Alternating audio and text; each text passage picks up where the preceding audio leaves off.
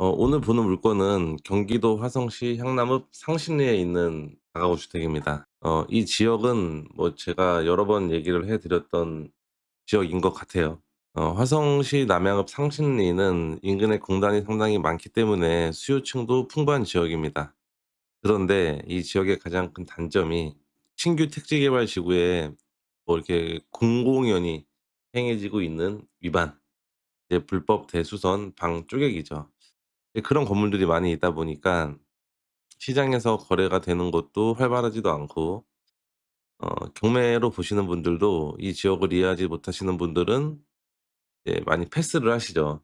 그죠. 많이 패스도 하시고, 위치도 그렇고, 어 이제 건물도 위반 사항이 좀 많이 있기 때문에 많은 분들이 좀 이렇게 '과연 이게 될까?'라는 의문점이 많이 드는 지역이라서 이렇게 유찰이 많이 되는 것 같아요. 지금 5억 6,500만 원까지 짜리 입니다. 그 금액은 상당히 저렴한 금액까지 내려왔고요. 이 지역을 보면 항상 이 정도 금액대에서는 어느 정도 낙찰이 되더라고요. 이 상신리에서 보통 이 정도 금액에서는 낙찰이 안 됐던 적은 한 번도 없거든요. 그래서 이 물건이 과연 월세가 얼마나 나오는지, 수익률이 얼마나 나오는지, 그 건물의 구조는 어떤지 같이 한번 확인을 해 보도록 하겠습니다. 여기 위반 건축물이라고 이렇게 딱 찍혀 있네요. 주소는 상신리 1315-1 번지, 1315-1 번지입니다. 주소는 요쪽에 있어요. 그래서 이 물건 괜찮으신 분들은 이 주소 방문하셔서 한번 물건 검토해 보시면 될 것 같고요. 토지 면적은 10 평, 건물이 126 평입니다. 최초의 감정가가 11억 5천만 원, 지금은 반값이죠. 5억 6,500만 원까지 유찰이 됐습니다. 그래서 이 물건의 위치를 먼저 보고 다른 내용들을 살펴보도록 하겠습니다. 위치를 먼저 볼게요. 제가 지난번에 이 상신리 현장에 가서 촬영을 했던 물건이 있습니다. 촬영했던 물건이 있는데 그 물건이 아마 제 기억으로는 한 이쯤 있었던 것 같아요. '아 이 건물 같다.' 이 건물 같습니다. 근데 제가 촬영했던 거는 이 건물인 것 같고요. 오늘 경매로 나와서 제가 이야기 드리는 물건은 여기 있는 거죠, 여기. 어차피 같은 섹터 블럭이라고 해야 되나? 아무튼 상신초등학교와 상신중학교 바로 옆에 붙어 있는 건물입니다. 이 건물이에요. 여기 도로변 바로 앞에 있어요. 도로 바로 앞에 있습니다. 이 도로가 북쪽으로 있죠, 북쪽으로. 예. 그럼 이 토지는 남양 토지입니다. 남양 토지예요. 북쪽에 도로가 있고 남양 토지이다. 자 로드뷰를 먼저 볼까요? 건물 이 건물이에요. 외관으로 보기에는 어때요? 깨끗하죠? 그죠? 벽돌로 마감을 한 것 같고, 여기가 건물로 들어가는 출입문이고요. 골목으로 들어가지 않고 이렇게 왕복 2 차선 도로와 접해 있습니다. 주변 여건은 좋아요. 옆으로 가면 이 중학교가 있고요. 중학교가 있고 여기는 초등학교죠. 네, 초등학교가 바로 옆에 이렇게 있습니다.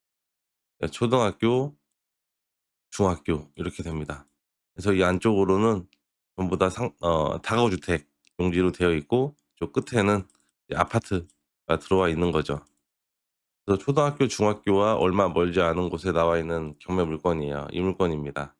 이렇게 외관상 봤을 때에는 뭐 특별하게 하자는 없어 보입니다. 문제는 없어 보이고 외관상의 위반 사항은 특별하게 보이진 않아요. 그죠. 특별하게 보이진 않습니다. 자 건물 뒤쪽도 한번 볼까요? 건물 뒤쪽.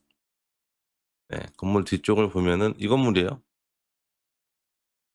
옆 건물 이렇게 돼 있고 또 옆 건물 비슷하게 생겼죠? 정상적인 건물인 것 같습니다. 그죠? 뒤쪽에는 주차 공간이 있고요. 하나, 둘, 세 대. 뒤쪽에 세 대까지 돼 있네요. 아마 이쪽이 토지 경계가 이렇게 될 겁니다. 여기까지는 이 옆 땅이고요. 여기까지가 이제 우리 땅이 되겠죠. 그래서 하나, 둘, 세 대 주차 공간이 요렇게 있고요. 뭐 특별하게 문제는 없는 것 같아요. 외관상 봤을 때에는 이런 지역에 있고요. 이 향남 제약단지가 크게 있습니다. 상남제약단지가 크게 있어서 이쪽에 근무하시는 근로자의 수요를 상당히 많이 받을 수 있는 지역이죠. 실제로 이쪽에 근무하시는 분들이 여기에 많이 거주하고 있습니다. 예. 1인 가구들이 여기에 많이 거주하고 있어요. 이 지역 아니고서는 여기에 근무하시는 분들이 거주할 공간이 거의 없습니다. 여기도 보면은 다 공장이죠. 여기 밑에도 다 공장이고 여기 다 공장이고 여기 요렇게 좀 모여 있는 거예요. 상가주택, 다가구 주택들이. 그래서 이 다가구 주택에서 많이 거주를 해결을 하고 있습니다. 이 밑으로 내려가면은 또 기아차도 있어요. 그래서 기아차의 직원들도 여기 많이 거주를 하고 있고요. 그 수요층은 상당히 괜찮습니다. 예, 수요층은 탄탄한 지역이에요. 그래서 여기는 공실이 거의 없어요. 아마 현장 가서 조사해 보시면 아시겠지만 뭐 공실이 있는 지역은 아닙니다. 예, 임대료도 그렇게 낮지는 않고요. 어 지금 영케이 님하고 조한호 님, 네, 건빵 님, 네, 안녕하세요. 오늘 아침에 좀 더운 것 같아요 지금. 많이 더운 것 같습니다. 날씨가 점점 더워져서 이제 임장하기도 힘들고 밖에서 영상 촬영하기도 여름에는 쉽지 않습니다, 더워서. 예. 그래서 이렇게 상신리에 있는 다가구 주택입니다. 그 입지적으로 보면은 그렇게 썩 좋아 보이진 않지만 실제로 현장 가서 임장을 해 보면 임차 수요도 많고 다가구 운영하기에는 상당히 괜찮은 입지다라는 걸 알 수 있을 거예요. 자, 입지까지 봤고요. 이제 건물의 사진 보겠습니다. 감정평가사가 찍어 온 사진을 좀 볼게요. 자, 건물 외관 아까 봤던 거랑 똑같습니다. 앞에 도로고요. 건물 측면, 뒷면이죠. 지성빌이네요, 지성빌. 1 층. 여기가 1 층인데 1 층이 102 호부터 104 호까지 요렇게 있네요. 문이 3 개가 있습니다. 신도시인데 요렇게 있으면 위반이죠. 하나, 둘, 셋, 넷. 2 층에는 4개 호실, 3 층에는 2 개가 있네요. 여기 301 호와 302 호. 아마 301 호가 주인 세대 같고 302 호는 이제 별도로 만든 세대인 것 같습니다. 옥상 출입문 부분, 네, 옥상 출입문 부분 사진이고요. 이게 1층 도면이에요. 잘 보이시죠? 네, 최대한 크게 보일 수 있도록 해 볼게요.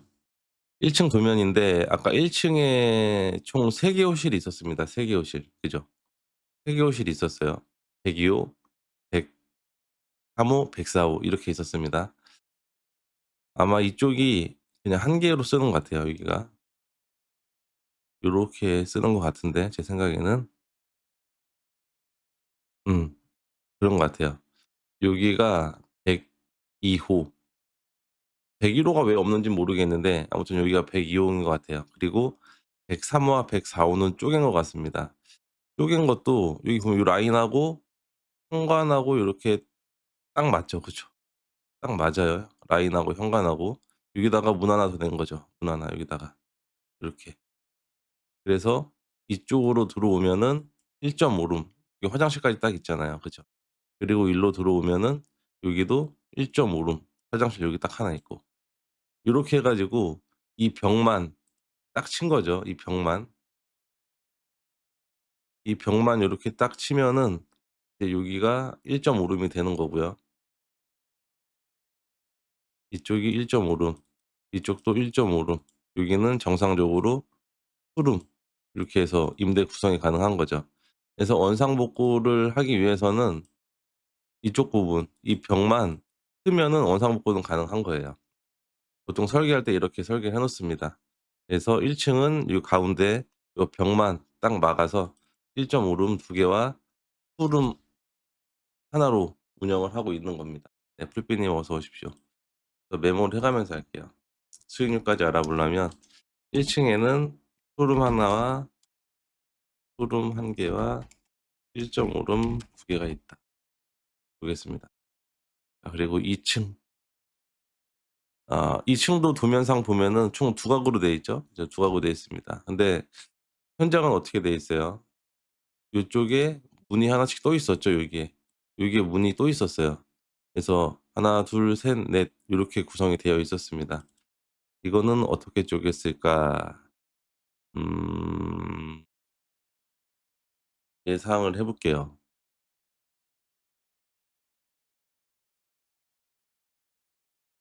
제 예상에는 그냥 요렇게 막았을 것 같아요. 이렇게, 요렇게,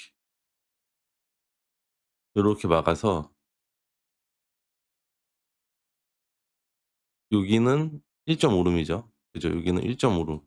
여기가 주방겸 거실이 되겠고 여기가 방이 있고 화장실이 이렇게 있고요. 여기도 1.5 룸. 그죠? 그리고 여기는 2 룸. 이렇게. 이렇게 돼서 2 룸. 요렇게. 그죠? 이렇게 하면 구조가 딱 나오죠. 여기가 투룸이고 여기가 1.5 룸이고 1.5 룸이고 투룸이고 이런 식으로 운영을 하고 있는 것 같아요. 2 층은. 2 층도 제가 여기다 써 볼게요. 2 층. 2 층은 투룸 예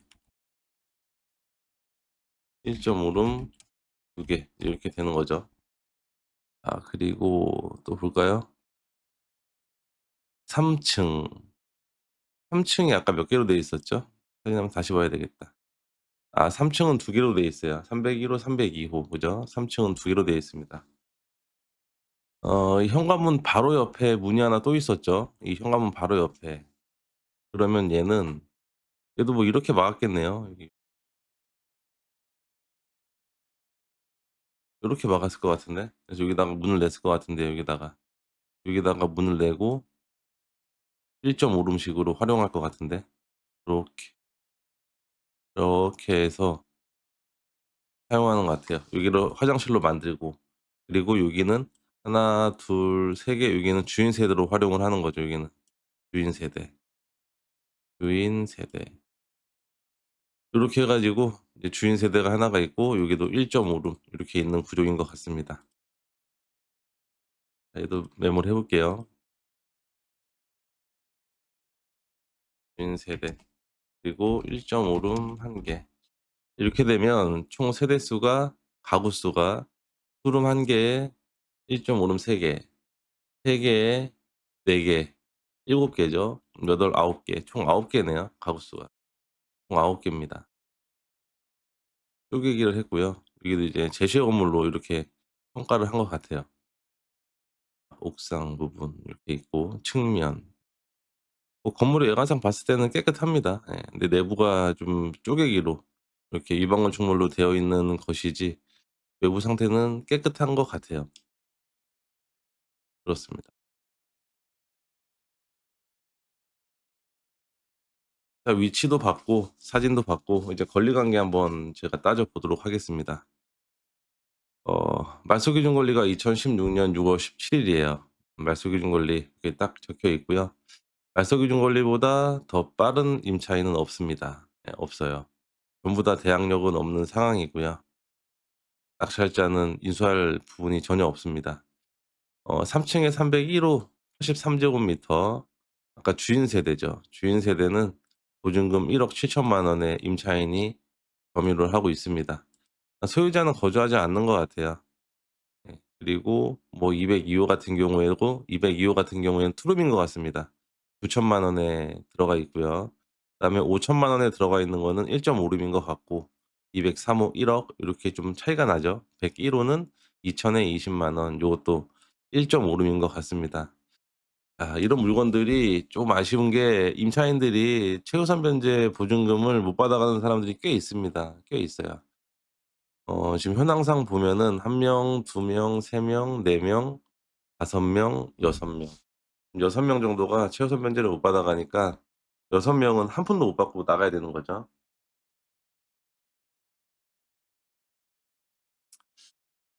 근저당권이 채권 최고액이 4억 2천 입니다. 이 4억 2천만 원을 풀로 배당을 다 받아가면 나머지 한 1억 5천, 1억 6천으로 나눠 가져야 되는 건데 임차인들끼리 소액임차 보증금 빼고 이제 전입신고가 가장 빠른 분이 쪼금 받아가긴 하겠네요. 쪼금 받아가긴 할 것 같아요. 가장 빠른 분이 204 호네요. 예 204 호는 아마 배당을 쪼금 받아갈 수 있을 것 같습니다. 204호 같은 경우에는. 뭐 압류 이런 것들이 임차인보다 지금 빠르진 않잖아요. 그리고 이게 화성시인 것 같은데 보통 화성시면은 지방세니까 금액은 얼마 안 됩니다. 그리고 법정 기일이 빠르진 않을 거예요, 임차인보다는. 그 가압류 같은 경우에도 뭐 임차인보다 먼저 배당받아가는 애들은 아니니까 근저당권자도 순서에 따라 받아가고 뭐 가압류, 압류, 뭐 또 화성시인 것 같은데 요렇게 있죠. 근데 압류도 시점이 24년, 25 년도라 임차인보다 빠를 것 같진 않습니다. 그래서 이런 것들은 낙찰을 받으면 내 낙찰가에서 경매 비용 빼고 근저당권자가 배당받아가는 금액 빼고 배당 계산하시면은 대충 누가 얼마 정도 받아가는지는 대략적으로 감 잡을 수 있을 거예요. 네, 그런 식으로 쉽게 배당 계산해도 됩니다. 굳이 어렵게 계산할 필요는 없을 것 같고. 아 그래요. 뭐 권리상 특별한 하자는 없습니다. 하자는 없고 이제 월세가 어느 정도 나오는지 확인 한번 해 볼게요. 자, 네이버 부동산으로 전체 월세를 보도록 하겠습니다. 월세.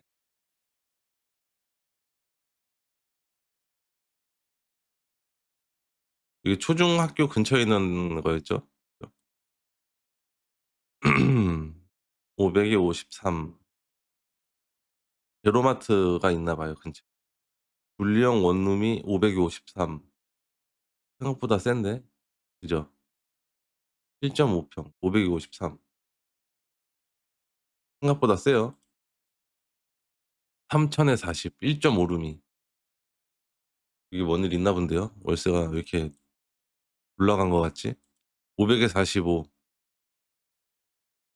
제로마트 부근. 원룸이 500에 45. 이게 제로마트가 뭐가 있나 본데? 제로마트. 아, 여기 제로마트. 뭐 싸게 파는 마트인가 봐요, 제로마트 근처. 장보기 좋은 것도 장점이죠. 우리 물건 여기잖아요. 요 지성빌. 요렇게 오면은 바로 제로마트 근처네. 제로마트 근처에 있고 월세가 생각보다 나쁘지 않은 것 같아. 1000에 76. 3룸. 3룸이 1000에 76만 원. 나쁘지 않아요. 1.5 룸. 아, 대학단지 상신초 근처에 있고 500에 48이다. 1.5 룸이. 500에 45. 1.5 룸. 500에 45. 지금까지 1.5 룸은 가장 저렴한 게 500에 45만 원이었어요. 1.5 룸이 총 5개 있잖아요. 그죠? 1.5 룸이 총 5개 있는데 얘는 500에 45만 원 잡아 볼게요. 투룸이 3개, 주인 세대 1개 이렇게 있잖아요. 네, 투룸 한번 볼까요? 투룸 얼마 하는지. 지금 여기 보면 500에 45만 원짜리 뭐 1.5 룸 엄청 많이 나오잖아요. 얘는 다 위반인 거예요, 근처에. 우리가 보는 경매 물건은 이거지만 1 있는 거 다 위반이에요, 다 위반. 다 위반이에요. 다 위반입니다. 그러니까 이 동네는 거의 90% 이상이 위반이다 이렇게 보시면 돼요. 그래서 이행 강제금을 상당히 부담스러워하시는 분이 있는데 방 쪼개기 같은 경우에는 생각보다 많이 안 나옵니다. 생각보다 많이 안 나와요. 한번 조사를 해 보신 분들은 아시겠지만 방 쪼개기는 생각보다 그렇게 많이 안 나옵니다. 그리고 또 매년 나오지도 않아요. 매년 나오지도 않습니다. 그런 부분들이 있기 때문에 뭐 이거는 이제 또 개인적으로 조사를 해 보고 한번 '아 내 말이 맞구나.'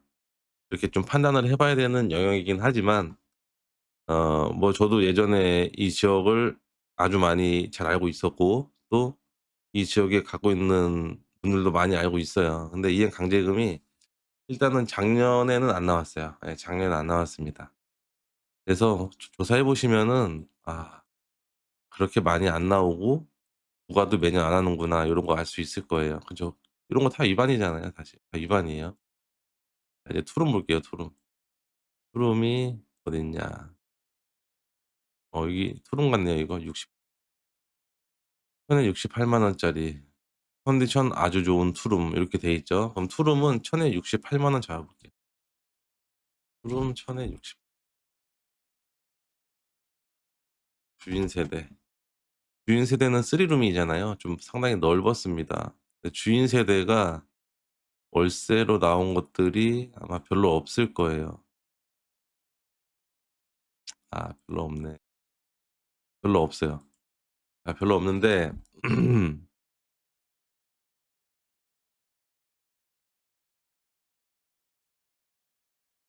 2000에 80 있다. 예, 주인 세대. P3룸 월세 아마 이거 주인 세대일 거예요. 2천에 80으로 잡을게요. 뭐 이 정도는 충분히 가능하겠죠, 넓으니까.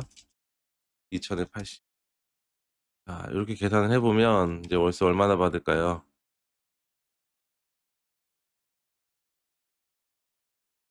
얘가 5 개, 5 개면은 5, 25, 2,500에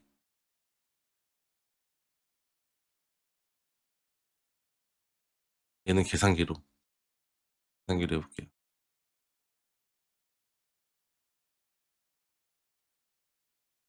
45 곱하기 5, 225만 원. 이건 2천만 원에 8 곱하기 8 곱하기 36만 원. 보증금은 4천에 5천에 6,500, 6,500만 원에 둘두로 더하기 136 더하기 80, 440만 원 정도 나오네요. 그죠? 440. 이 정도 나옵니다. 지금 최저가가 얼마죠, 얘가? 5억 이잖아요. 이거예요.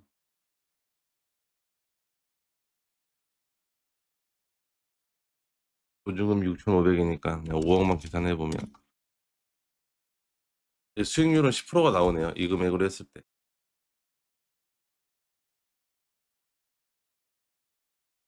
수익률이 10%가 나옵니다. 근데 이 지역을 이제 최초에 뭐 감정 가격이 중요하겠지만 감정가가 쪼금 높으면은 이 3 차에 뭐 4억 대까지 유찰이 된다든지 아니면 3차 금액이 애매하게 막 6억 중반 정도 걸려 갖고 유찰이 된다든지 이제 그런 경우들이 있거든요.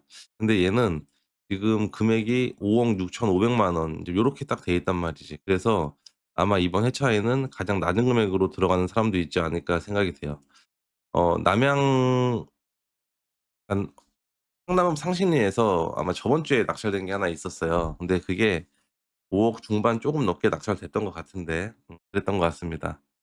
그래서 이 물건은 아마 이번 회차에 도전을 해 보실 만한 분이 있을 수도 있겠다. 이제 그렇게 생각이 되는 거죠. 월스 그리고 매매 한번 볼게요, 매매.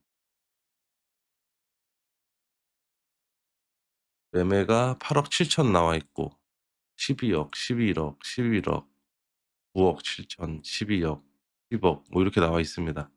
8억 6천. 그 경매보다는 현저하게 싸게 나와 있죠. 그죠? 예. 정남향 땅에 1.5 룸 이루어진 9년 된 건물. 얘도 위반이에요, 위반.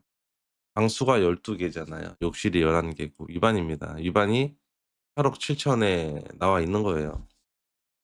그래서 이렇게 경매 물건 볼 때에는 근처에 나와 있는 물건들도 참조를 해 보면 이 근처가 위반 건축물이 상당히 많고 경매로 나와 있는 물건이 그래도 저렴한 편에 속하는구나라는 거를 이제 알 수가 있는 거죠. 그래서 마지막으로 정리 한번 해 볼게요. 오늘 다방을 하다가 중간에 튕기기는 했는데 이제 최종으로 정리를 해 보도록 하겠습니다. 경기도 화성시 향남읍 상신리에 있는 물건이고요. 토지는 80평, 감정가 11억 5천에서 지금 현재는 5억 6,500만 원까지 반값으로 유찰이 돼 있습니다. 입찰 기일은 7월 13 일이고요. 이번 회차에 '낙찰을 받아야 돼. 아니면 유찰을 시켜야 돼.'라고 고민하시는 분들이 상당히 많을 만한 금액대예요. 근데 저라면 지금 이 금액대에서도 수익률이 10%가 나오기 때문에 현장 가서 월세 시세 검토하고 이행 강제금 확인하고 장성화 가능한지 확인해서 입찰 여부를 검토할 것 같습니다. 건물은 지금 건축물 대장을 보면은 총 5 가구로 돼 있는데 현황은 9 가구죠. 그래서 불법 대수선 쪼개기로 위반 건축물로 적발이 되어 있고요. 임차인은 전부 다 대항력은 없는 상황입니다. 그래서 낙찰자가 인수하는 권리는 없지만 임차인분이 배당을 거의 못 받아가요. 예, 최우선 변제 받으시는 분들 3분 말고는 1분, 많아야 2분 정도만 배당을 받아가고 나머지 분들은 배당을 못 받기 때문에 명도는 수월하지는 않을 것 같다라는 거고요. 건물의 등기부등본을 봐도 특별한 내용은 없습니다. 근저당권이 4억 2천만 원이기 때문에 아마 낙찰을 받으면 이 근저당권이 1 순위로 배당을 받아갈 거예요, 1 순위로. 그리고 그다음으로는 임차인들이 보증금을 배당을 받아가겠죠. 제가 말하는 1 순위라는 거는 이 위에 최우선 변제 금액과 그다음에 경매 집행 비용을 빼고 그냥 일반적인 우선 변제에서는 얘가 가장 먼저 배당을 받아간다라고 얘기를 하는 겁니다. 얘기를 하는 거예요. 그래서 이 금액이 4억 2천 이기 때문에 4억 2천을 배당을 받아가면 아마 그다음 임차인들이 배당 받을 금액이 거의 없을 겁니다. 그리고 위치는 뭐 제가 보기에는 괜찮은 위치에 있고요. 주변에 상신 초중 위치에 있어요. 자, 제가 수익률 계산한 걸 보면은 이렇습니다. 예, 1 층에는 투룸 1 개, 1.5 룸 2 개, 투룸 2 개, 1.5 룸 2 개, 3 층에는 주인 세대 1.5룸 1개 이렇게 있고 월세는 이 정도 나올 것 같고요. 최종 월세는 6,500만 원에 440만 원, 수익률은 10%다. 그래서 요거는 제가 이제 내부 부동산 보면서 계산을 한 거기 때문에 관심 있는 분들은 현장 가서 보시면 될 것 같아요. 저희가 수요일 특강은 마감이 됐고 이제 토요일 특강이 한 4 자리 정도 남아 있습니다. 그래서 토요일 특강은 지금 신청 가능하니까 토요일 특강 오시면은 아마 저 저희와 이런저런 얘기할 수 있을 거고요. 또 특강에 오시면 저희 정규 강의에 대한 내용도 설명을 드리고 정규 강의에 대한 좀 플러스 혜택도 드리고 있으니까 저희 특강 오시면은 뭐 이런저런 내용 2 시간 동안 아마 알차게 들을 수 있을 거예요. 근데 저희 특강 오시는 분들이 예 다른 데도 특강은 많이 가 보셨을 거 아니에요. 그러니까 다른 데 특강과는 비교할 수 없다고 얘기를 합니다. 예. 다른 데 특강은 특별한 내용이 없는데 저희는 최대한 좀 내용을 넣어서 하려고 노력을 하고 있고 그 정보는 어느 정도 드리려고 하고 있으니까 예 저희 특강 와 보셔도 괜찮을 것 같아요.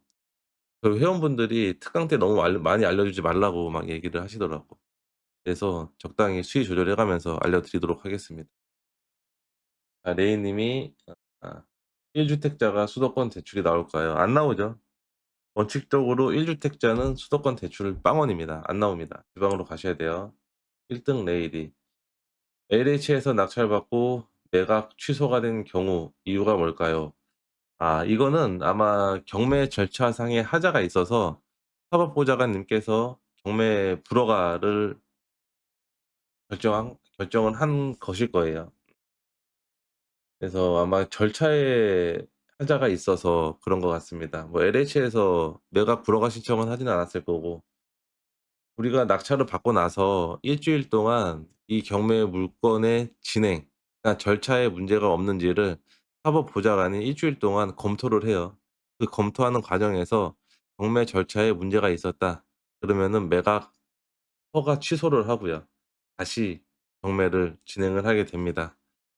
그렇게 되는 거예요. 아마 그거일 거예요. 그래서 서울에 뭐 다가구 주택도 그런 게 있긴 하던데 결국에는 그런 것도 LH에서 낙찰 받아가던데 우선 매수 신고해 가지고. 특별한 내용은 아닙니다, 1등 레이디님. 그러니까 뭐 그런 것들은 일단은 검토해 보셔서 괜찮으면은 입찰해 보셔도 되고요. 그런 물건들이에요.